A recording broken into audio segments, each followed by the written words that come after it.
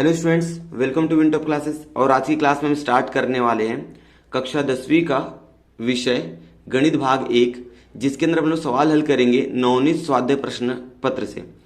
नवनीत स्वाध्याय प्रश्न पत्र में हर एक सब्जेक्ट के लिए 5-5 प्रश्न पत्र दिए हैं आपको हल करने के लिए, जिसके अंदर हम लोग आज गणित भाग 1 का प्रश्न पत्र हल करेंगे। Question number 4 student, question number 1, question number 2, question number 3, ये जो 3 प्रश्न होते हैं, ये तीनों प्रश्न क्या होते हैं, थोड़े से आसान होते हैं। लगभग सारे प्रश्न, इन सभी प्रश्नों को स्टूडेंट्स आसानी से हल कर लेते हैं।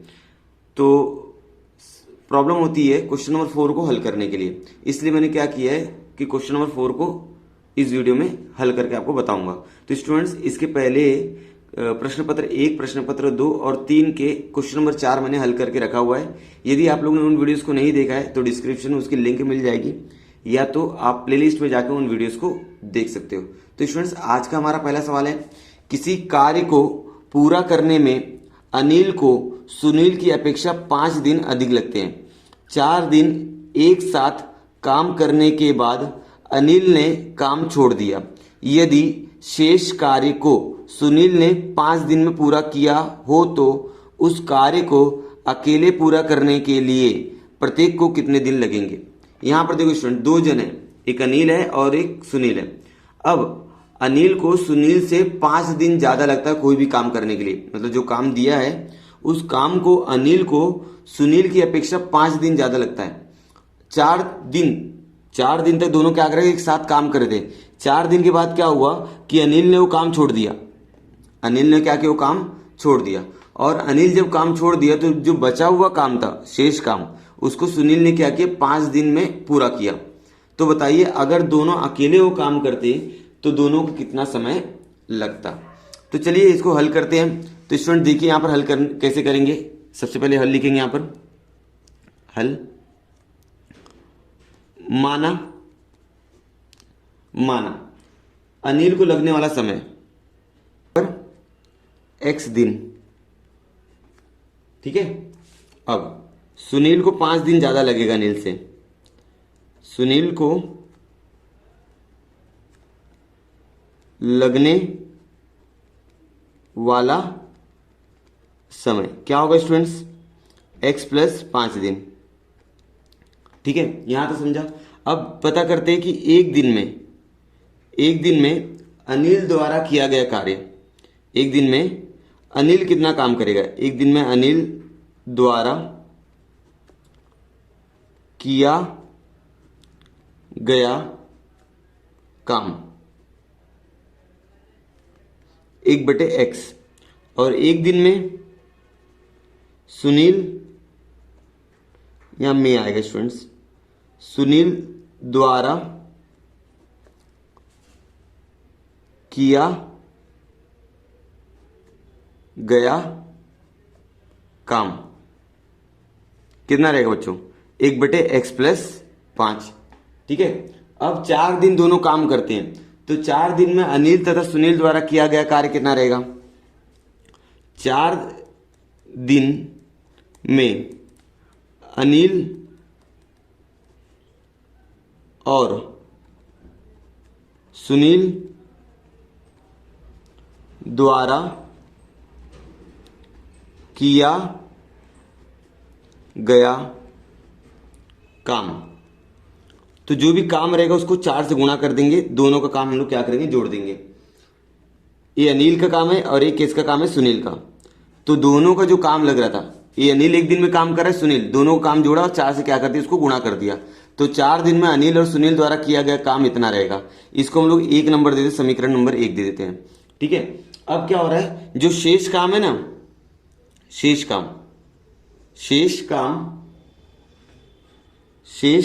काम को सुनील क्या करता है, सुनील उस शेष काम को 5 दिन में पूरा करता है।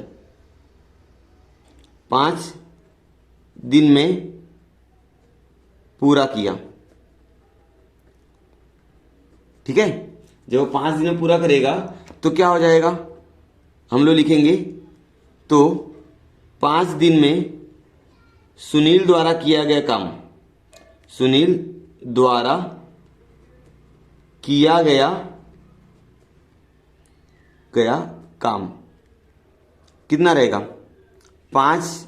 एक दिन में काम था तो हम लोग 1/, रखते थे, 5 दिन में रहेगा तो इसका काम हो गया। ठीक है, 5/x + 5। ठीक है, यहां तक समझ में आया आप लोग को। चलिए अब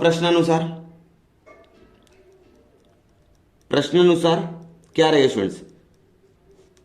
अब देखिए 4 दिन का जो काम रहेगा वो काम, क्योंकि 4 दिन तक तो दोनों काम साथ में कर रहे थे और ये 4 दिन का काम हो गया।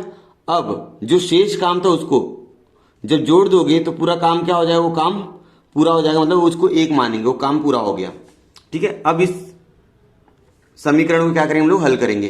तो क्या हो जाएगा स्टूडेंट्स, इस x का गुणा इसके साथ करो x + 5 रहेगा, प्लस x का गुणा 1 के साथ करो x रहेगा, बटे में स्टूडेंट्स क्या रहेगा x + 5, नीचे गुणा नीचे हो जाएगा। यहां तक समझा होगा आप लोग को।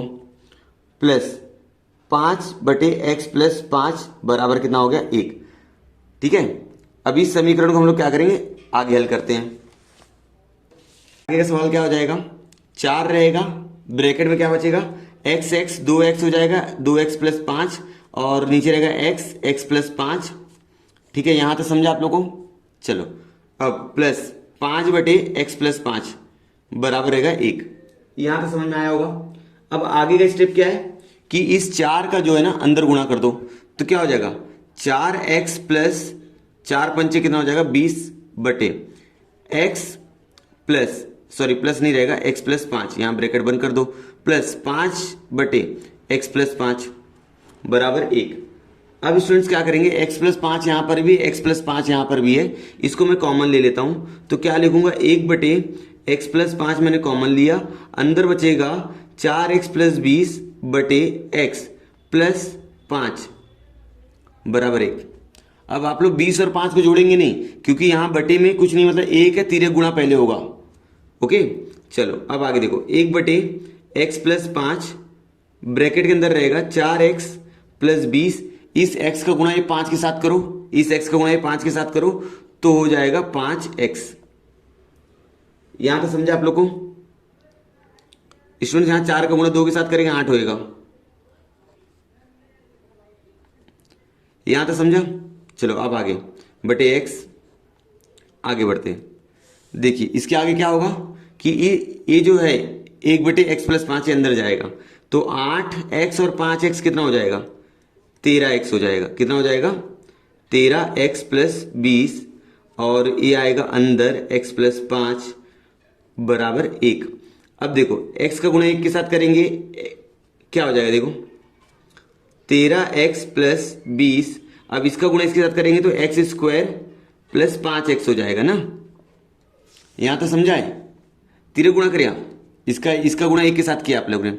अब देखो ये दिख रहा है आपको वर्ग समीकरण, तो वर्ग समीकरण जैसे पहले इसको मानक रूप में लाएंगे तो क्या हो जाएगा मानक रूप इसका x² + 5x, ये अपनी जगह पर है, ये उठ के यहां पर आएगा -13x हो जाएगा, -20 हो जाएगा बराबर 0। अब आगे इसको हल करोगे तो क्या मिलेगा x² -8x -20 बराबर कितना हो जाएगा 0। अब हमको क्या करना है, इसका गुणनखंड पता लगाना है कि गुणा किया तो 20 हो जाना चाहिए, घटा दिया तो 8 हो जाना चाहिए। यहाँ कोई संख्या नहीं इसलिए डायरेक्ट 20 को देखेंगे। अगर यहाँ कोई संख्या होती तो पहले उसका गुणा 20 के साथ करते, फिर उसके बाद संख्या दिखते, लेकिन यहाँ पर क्या है पहले 20 है, 20 को देखिए, गुणा करने 20 घटाने पर 8, तो ऐसी संख्या हमारे पास है 10 - 2। 10 × 2 कितना हो जाता है 20 और 10 में 2 जाएगा 8 आएगा। यहां पर आप लिख सकते हो साइड में। ठीक है यहां तक।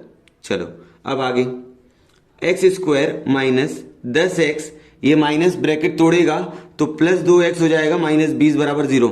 यहां पर आप लोग को लिख के दिखाना है कि 10 × 2 किया तो 20 होता है और 10 में से 2 माइनस किया तो 8 होता है, ये आपको लिख के दिखाना है।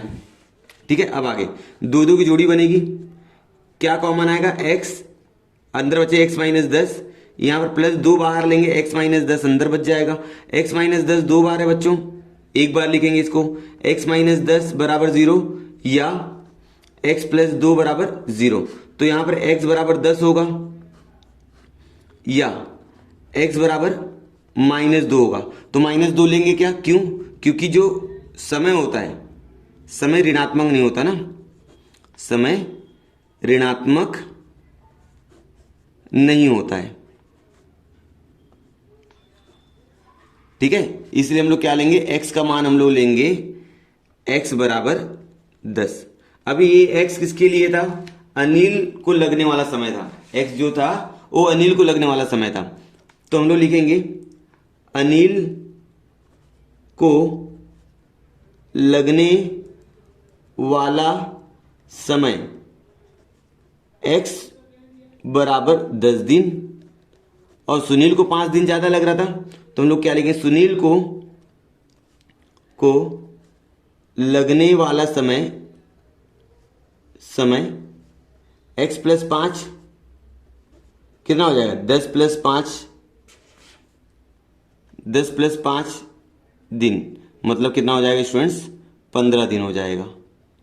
ठीक है, तो इस तरह से आपको समझा कि दो जन थे अनिल और सुनील, उन दोनों को देखिए कोई काम था, अनिल और सुनील कर रहे थे, अनिल को सुनील से 5 दिन ज्यादा लग रहा था, तो अगर 4 दिन दोनों साथ में काम करते और अनिल बाद में छोड़ के चला जाता है, तो बचा हुआ सुनील काम जो है सुनील ने 5 दिन में पूरा किया। तो अकेले अगर वो काम करते तो कितना दिन लगता, तो इस तरह से आपने समीकरण बनाया कि माना अनिल को लगने वाला समय x दिन, सुनील को लगने वाला समय x प्लस 5 दिन। एक दिन में किया गया कार्य 1/x, एक दिन में सुनील द्वारा किया गया कार्य 1/x प्लस 5। 4 दिन में दोनों काम करेंगे तो दोनों काम को जोड़ेंगे और 4 से गुणा कर देंगे। ओके, शेष काम को सुनील ने क्या किया, 5 दिन में पूरा किया, तो पहले एक दिन में 1/, लगाते थे, 5 दिन में 5/, लगाएंगे। अब इस तरह समीकरण बना और दोनों समीकरणों को आपने देखा, इस तरह से हमने क्या किया, उसको हल किया। देखो ये 4 का गुणा अंदर हुआ, 4 का गुणा अंदर 8x हो जाएगा, 4 पंचे 20 हो जाएगा, और यहां पर देख लिए 1/x प्लस 5 बाहर निकाल दिया। यहां पर स्टेप आप ध्यान से सीखना, अगर यहां पर आपने मिस्टेक किया तो गलत हो जाएगा। तो अभी यहां पर क्या है, 13 गुणा किया, 8 5 13 हो गया। देखो 8 5 13 फिर 20 और इसका 13 गुणा इसके साथ किया, इसके बाद आपको इस तरह से वर्ग समीकरण मिला, और उस वर्ग समीकरण का हमने गुणनखंड निकाला 10 और गुणे 2, तो 10 गुणे 2 कितना होता है 20, और 10 में से 2 जाएगा 8। इस कंडीशन को उसने सेटिस्फाई किया और हमारा आंसर कितना आ गया 10 और -2। तो -2 हम लोग इसलिए नहीं लेंगे क्योंकि x को हमने समय माना हुआ है। ठीक है, यह दिन माना हुआ है, तो ऋणात्मक तो होगा नहीं, इसलिए x बराबर हम लोग कितना लेने वाले हैं, 10 लेने वाले। अनिल को लगने वाला समय x बराबर 10 दिन, सुनील को 5 दिन ज्यादा लगेगा, इसलिए x प्लस 5, 10 प्लस 5 बराबर 15 दिन। तो इस तरह से आपका पहला सवाल हुआ। अब अगले सवाल पे बढ़ते हैं। आपके सामने यहाँ दूसरा सवाल है, 12 किस्तों में 7,680 रुपए की राशि का भुगतान किया जाता है। यदि प्रत्येक किस्त पहले की तुलना में 20 रुपए कम हो तो पहली एवं अंतिम किस्त की राशि ज्ञात करो। स्टूडेंट्स, इस तरह के सवाल जो होते हैं पेपर में बहुत बार पूछे जा चुके हैं। यहाँ पर किस्तों की संख्या कितनी, 12, जिसको हम लोग EMI बोलते हैं ना, हर महीने जो रकम भरी जाती है EMI, ठीक है ना, और हर महीने 20 रुपए उसको क्या करना पड़ता है, कम देना पड़ता है। तो यहां पर आपको ध्यान देना पड़ेगा, 20 रुपए उसको कम देना पड़ता है। इस तरह वह 7,680 रुपया 12 महीने में भर डालता है। तो बताइए उसने पहली किस्त और अंतिम किस्त कितनी दी होगी। पहली किस्त और अंतिम किस्त आपको निकालना है। तो चलिए सबसे पहले समझते हैं व्यक्ति द्वारा भुगतान की गई राशि कितनी है। हल करेंगे इसको। हल, व्यक्ति द्वारा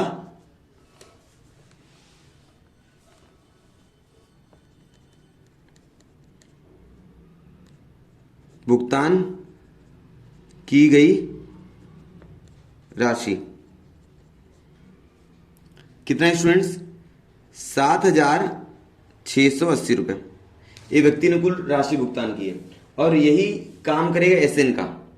किसका काम करेगा बच्चों, SN बराबर हो जाएगा 7,680, यानी कि n का मान यहां पर 12 है। ठीक है, तो SN का मान तो इतना हो गया। अब हम लोग बोलेंगे किस्तों की संख्या। किस्तों की संख्या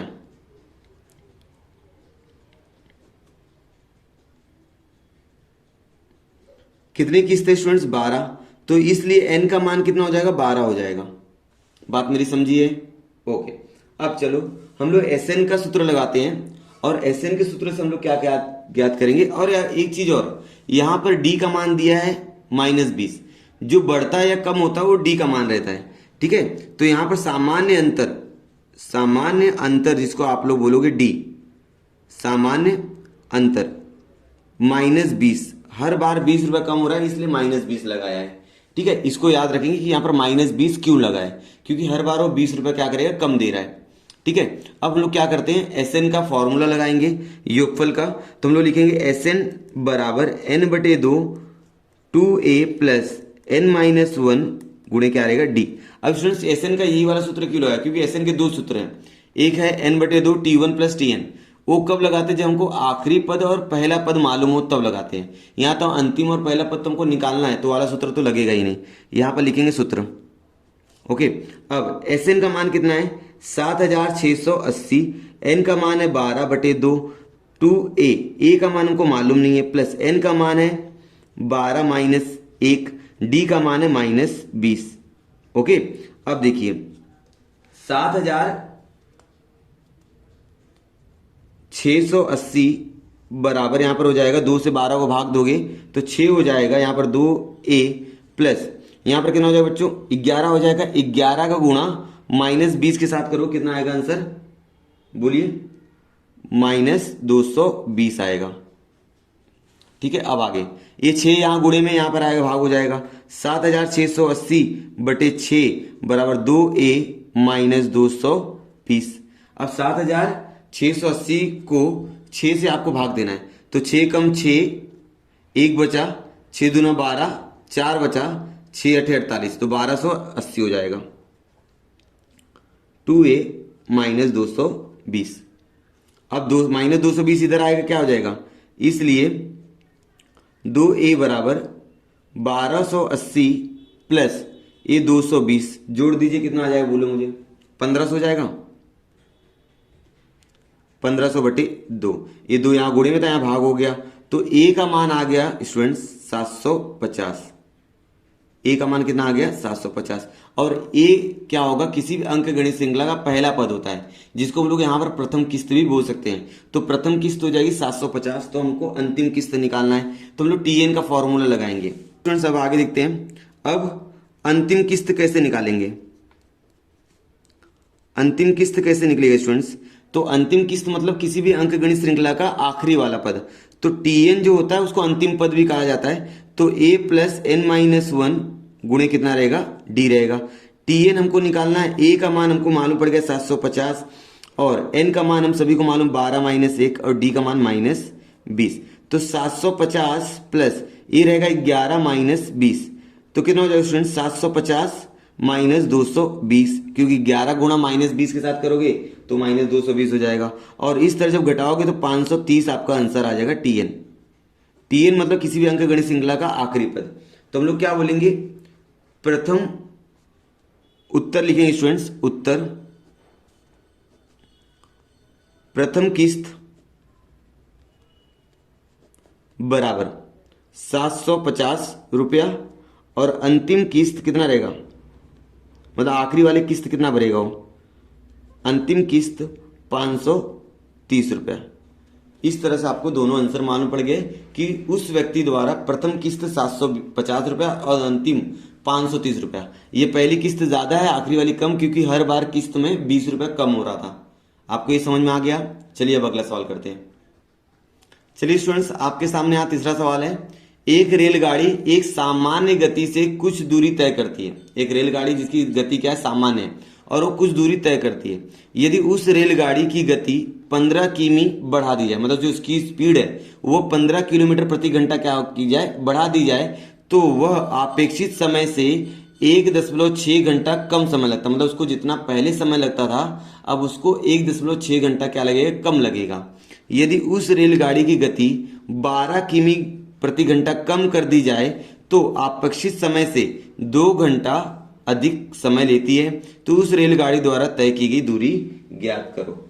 ठीक है स्टूडेंट्स, यहाँ पर एक रेलगाड़ी है जिसकी गति को आप क्या कर रहे हो, एक बार बढ़ा रहे हो, 15 किलोमीटर प्रति घंटा बढ़ा रहे हो, तो उसको जो समय था वह 1.6 क्या हो रहा है, कम हो रहा है। इसके बाद क्या हो रहा है कि आप जब उसकी गति को 12 किमी गति क्या कर रहे हो, कम कर रहे हो, तो उसका जो समय था वह 2 घंटा क्या हो रहा है, बढ़ रहा है।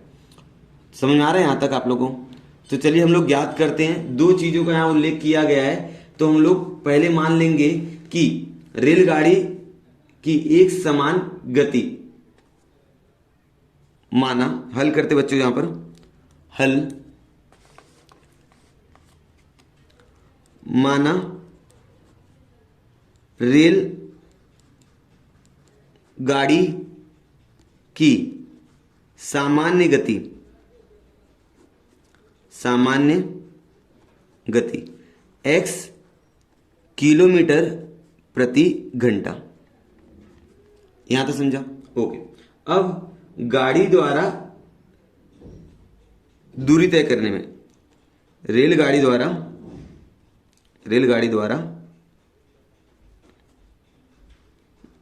दूरी तय करने में लगा समय मान लेते हैं यहां पर y घंटा। ठीक है ना, यहां पर दो चीज का उल्लेख किया, एक गति और दूसरा समय। क्योंकि आप एक बार गति को बढ़ा रहे हो तो समय कम हो रहा है, गति कम कर रहे हो समय बढ़ जा रहा है, इसलिए यहां पर गति और समय को मानना पड़ेगा। अगर आपके दिमाग में कंफ्यूजन होगा कि दूरी को x और y मान लेते हो, तो ऐसा नहीं होगा। जिन दो चीजों पर बात हो रही है उनको यहां पर मानना पड़ेगा। यहां पर तीसरी चीज निकालनी है। तो स्टूडेंट्स आपके पास एक फॉर्मूला है, क्या है? समय बराबर दूरी बटे गति। गति को स्टूडेंट्स आप वेग भी बोल सकते हो, गति को आप क्या बोल सकते हो? वेग बोल सकते हो, या आप लोग चाल बोल सकते हो, तीनों चीज चलेगा।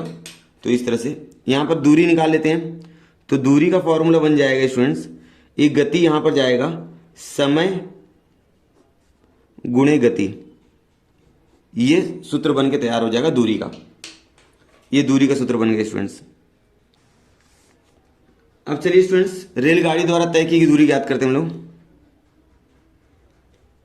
रेलगाड़ी द्वारा तय की गई दूरी। अच्छा, आपका गति कितना है? x है, समय कितना है? y। तो दूरी कितनी हो जाएगी? एक्स वाई किमी, क्योंकि दूरी को हम लोग किलोमीटर में नापेंगे, बराबर। ये आपका रेलगाड़ी द्वारा तय की गई दूरी आपको मालूम पड़ गया, एक्स वाई। यहां तक समझा? चलो, पहली शर्त के अनुसार, पहली शर्त से क्या है कि रेलगाड़ी की गति आप क्या कर रहे हो? 15 किलोमीटर बढ़ा रहे हो। तो अब पहली शर्त में रेलगाड़ी की गति कितनी हो जाएगी बताइए मुझे? रेलगाड़ी की गति आप 15 किलोमीटर बढ़ा रहे हो, तो उसकी गति में आप क्या करोगे? 15 किलोमीटर जोड़ दोगे। ठीक है ना, ये पहली शर्त में उसकी गति रहेगी। ओके। अब समय कितना रहेगा? समय रहेगा, जो समय उसमें से 1.6 क्या कर देंगे? घटा देंगे, घंटा। ठीक है, यहां तो समझा?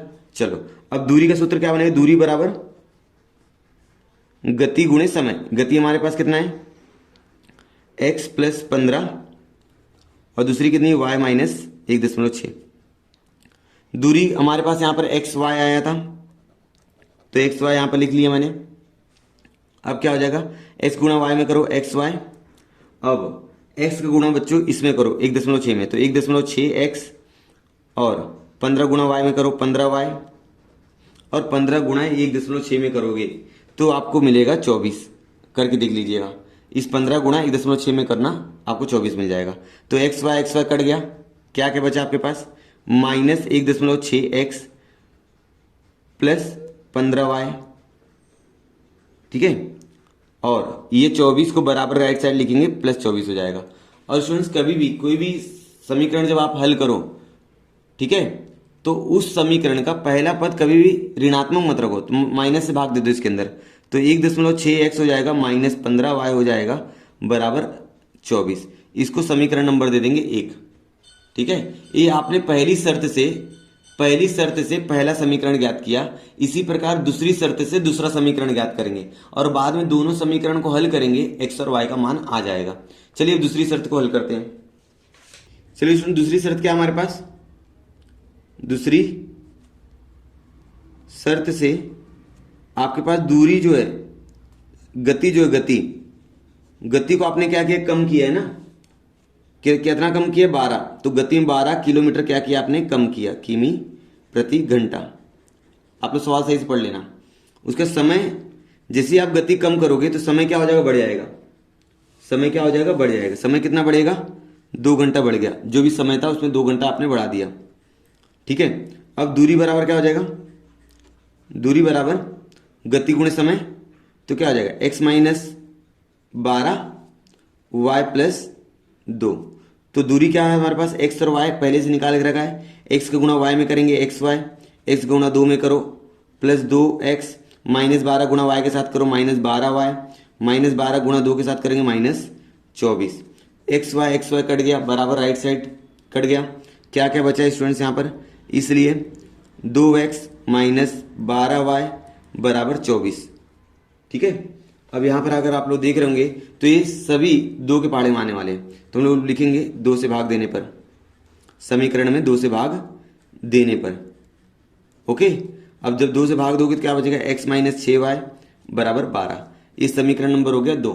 आप समीकरण पहला वाला जानते होंगे जहां पर आपको 1 दशमलव कितना आया था, 1.6x और माइनस 15y बराबर माइनस 24 आया था। अब दोनों समीकरण को हम लोग क्या करेंगे, हल करेंगे। ठीक है, चलिए हल करते हैं इसको। तो स्टूडेंट सबसे पहले मैं समीकरण 1 यहां पर लिख के दिखाता हूं आपको। क्या था कि 1.6x माइनस 15y बराबर माइनस 24। ठीक है, इस समीकरण हमारा 1 था। अब मुझे क्या करना है, इस समीकरण में किसी एक चरांक का गुणांक मुझे क्या करना पड़ेगा, समान करना पड़ेगा। तो समीकरण 1 में मैं 6 से गुणा करता हूं, इसमें 6 से गुणा करता हूं, और ये 15 का गुणा इसके अंदर करता हूं। ठीक है ना। तो मैं लिखूंगा समीकरण 1 में 6 से गुणा करने पर और समीकरण 2 में 15 से गुणा करने पर।